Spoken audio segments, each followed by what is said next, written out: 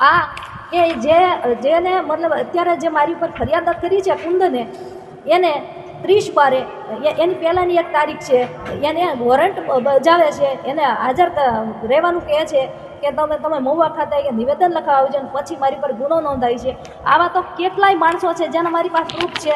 નમસ્કાર મિત્રો, ભાવનગર મહિલા હેડ કોન્સ્ટેબલમાં ચર્ચિત નામ નૈના બારૈયા, તેમની ઉપર અનેક ગુનાઓ નોંધવામાં આવ્યા છે અને તેમજ તે ગુનાઓના તેમને આરોપ સીધા ડીવાયએસપી રીમાબા ઝાલા ઉપર કર્યા હતા કે તેમને ફસાવાનો ષડયંત્ર કરવામાં આવી રહ્યો છે, તેમને આ કોઈ જ ગુના નથી કર્યા તેવી વાત પણ નૈના બારૈયા તરફથી કરવામાં આવી હતી.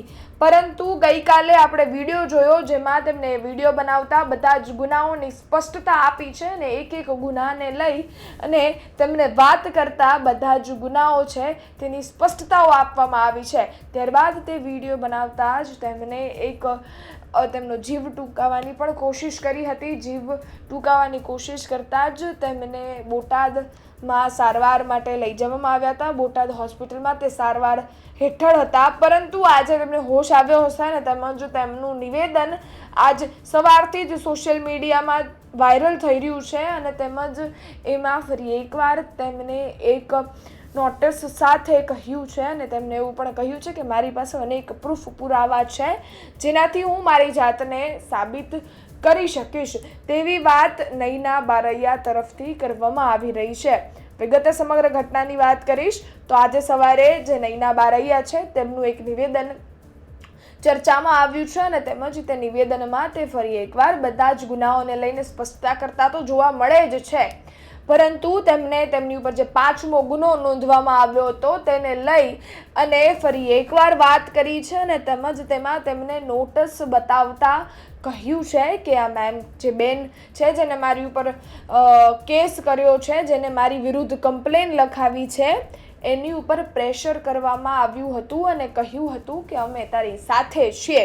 આવી વાત નૈના બારૈયા દ્વારા કરવામાં આવી રહી છે. વિગતે બધી જ વાત કરું તો સૌપ્રથમ તેમની ઉપર 5 ગુના દાખલ કરવામાં આવ્યા છે. પહેલો એટ્રોસિટીના આરોપીને સ્થાન દેવાનું, ત્રીજું દારૂનો, ચોથો કાર્યવાહીમાં સાથ ન દેવાનો અને 5મો છે કે મારા પતિ સાથે અફેર હતું કોઈ અને ધમકી આપવામાં આવી છે કે તારો પતિ મારો ન થયો તો કોઈનો નહીં થઈ દઉં એવી પણ વાત કરતા 5મો ગુનો તેમની ઉપર નોંધવામાં આવ્યો હતો. આ 5 ગુનાને લઈ અને વાત કરીએ તો તેમણે એવું કહ્યું છે કે પહેલી વાત, મારો કોઈ જ એટ્રોસિટીમાં હાથ નથી એવી વાત તેમના દ્વારા કરવામાં આવી રહી છે.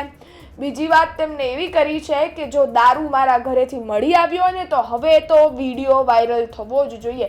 તેમણે વિડીયોની માંગ કરી છે કે પોલીસ દ્વારા વિડીયો ઉતારવામાં આવ્યો હતો, તે વિડીયો બહાર પાડે ને મને દેખાડે કે મારા ઘરમાંથી મળી આવ્યું હોય, અને મળી પણ આવ્યું હોય તો અમારી એક બોટલમાં 3 જણા ઉપર ગુનો કઈ રીતે કેમ ફરિયાદ નોંધવામાં આવી રહી છે તેવી વાત પણ કરવામાં આવી છે. સાથે તેમણે એવી પણ વાત કરી છે કે મારી ઉપર જે આ પ્રોહિબિશનનો ગુનો એટલે કે સરકારી કામગીરીમાં ફરજ ભજવતા અધિકારીને રોક કરવાનો ગુનો પણ તેમની ઉપર લગાડવામાં આવ્યો છે. તો તેને એવું કહ્યું કે હું ખાલી નાઇટ ડ્રેસમાં હતી તો મેં એવું કહ્યું કે હું ચેન્જ કરીને આવું, એટલી વાર પોલીસ મારી માટે ન ખમી શકી અને તેમને મારી ઉપર આ રીતે ગુનો દાખલ કર્યો છે તેવી સ્પષ્ટતા તેમાં કરવામાં આવી રહી છે. અને 5મા ગુનાને લઈ અને તેમજ તેને એવું પણ કહ્યું છે કે કુંદનબેન જે આવ્યા હતા તેમની ઉપર પ્રેશર કરવામાં આવ્યું હતું અને કહેવામાં આવ્યું છે કે આમની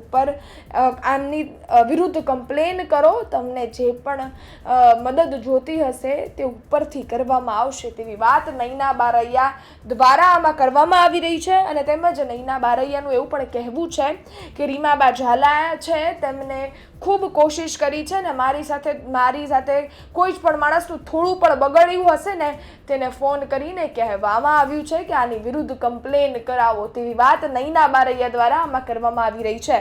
નૈના બારૈયાએ એવું પણ કહ્યું છે કે આ બધી જ વસ્તુઓ ખોટી છે અને આ એક પુરાવો તો આવો જ છે, ખાલી હું અનેક પુરાવા આપી શકું છું જેમાં હું મારી જાતને સાચી સાબિત કરું છું. ત્યારે તેમણે તેમની ધરપકડને લઈને પણ વાત કરી છે. તેમણે એવું કહ્યું છે કે મારી ધરપકડ નથી થઈ, મારું કિડનેપિંગ કરવામાં આવ્યું છે. કિડનેપિંગ એટલે તેમને એવું કહ્યું છે કે મને જે ગાડીમાં લઈ જવામાં આવી હતી એ ગાડીમાં નંબર પ્લેટ નહોતી. પહેલી વાત. બીજી વાત, જ્યારે પણ મારી ધરપકડ થઈ ત્યારે કોઈ જ પણ મહિલા અધિકારી તેમની સાથે નહોતી. જ્યારે પીઆઈ જેબલિયા સાહેબે તેમની ધરપકડ કરી ત્યારે તેમની સાથે કોઈ મહિલા કોન્સ્ટેબલ નહોતી. અને સાથે તેમનું એવું પણ કહેવું છે કે મારી ધરપકડ અડધી રાતે અંધારામાં કરવામાં આવી છે, સવારની રાહ પણ જોવામાં નથી આવી, એટલે મારી ધરપકડ ન કહી શકું, હું મારી કિડનેપિંગ કરવામાં આવી છે તેવું એમનું કહેવું છે. સાથે તેમને એવું પણ કહ્યું છે કે હું જ્યારે પણ આ બધી જ વસ્તુઓ કોર્ટમાં કહીશ ત્યારે હું આ પણ કહીશ કે મારી ધરપકડ દરમિયાન આ વસ્તુઓ કરવામાં આવી હતી. સાથે જ એવું પણ કહેવું છે કે મને વોશરૂમ જવા દેવામાં પણ નહોતા આવ્યા, કારણ કે કોઈ જ ટેરરિસ્ટની સાથે કંઈ વર્તન થતું હોય એવી રીતે તેમની સાથે વર્તન કરવામાં આવી રહ્યું હતું. અને તેમજ તેમણે તેવું પણ કહ્યું હતું કે આ કુદરતી વસ્તુ છે, મને તમે જવા દો, પરંતુ તે પણ કરવામાં દેવામાં નહોતું આવ્યું તેવું તેમનું કહેવું છે. ત્યારબાદ ખૂબ દલીલો થઈ અને ત્યારબાદ તેમને એકાદ પરમિશન આપવામાં આવી છે તેવું નયના બારૈયાનું કહેવું છે.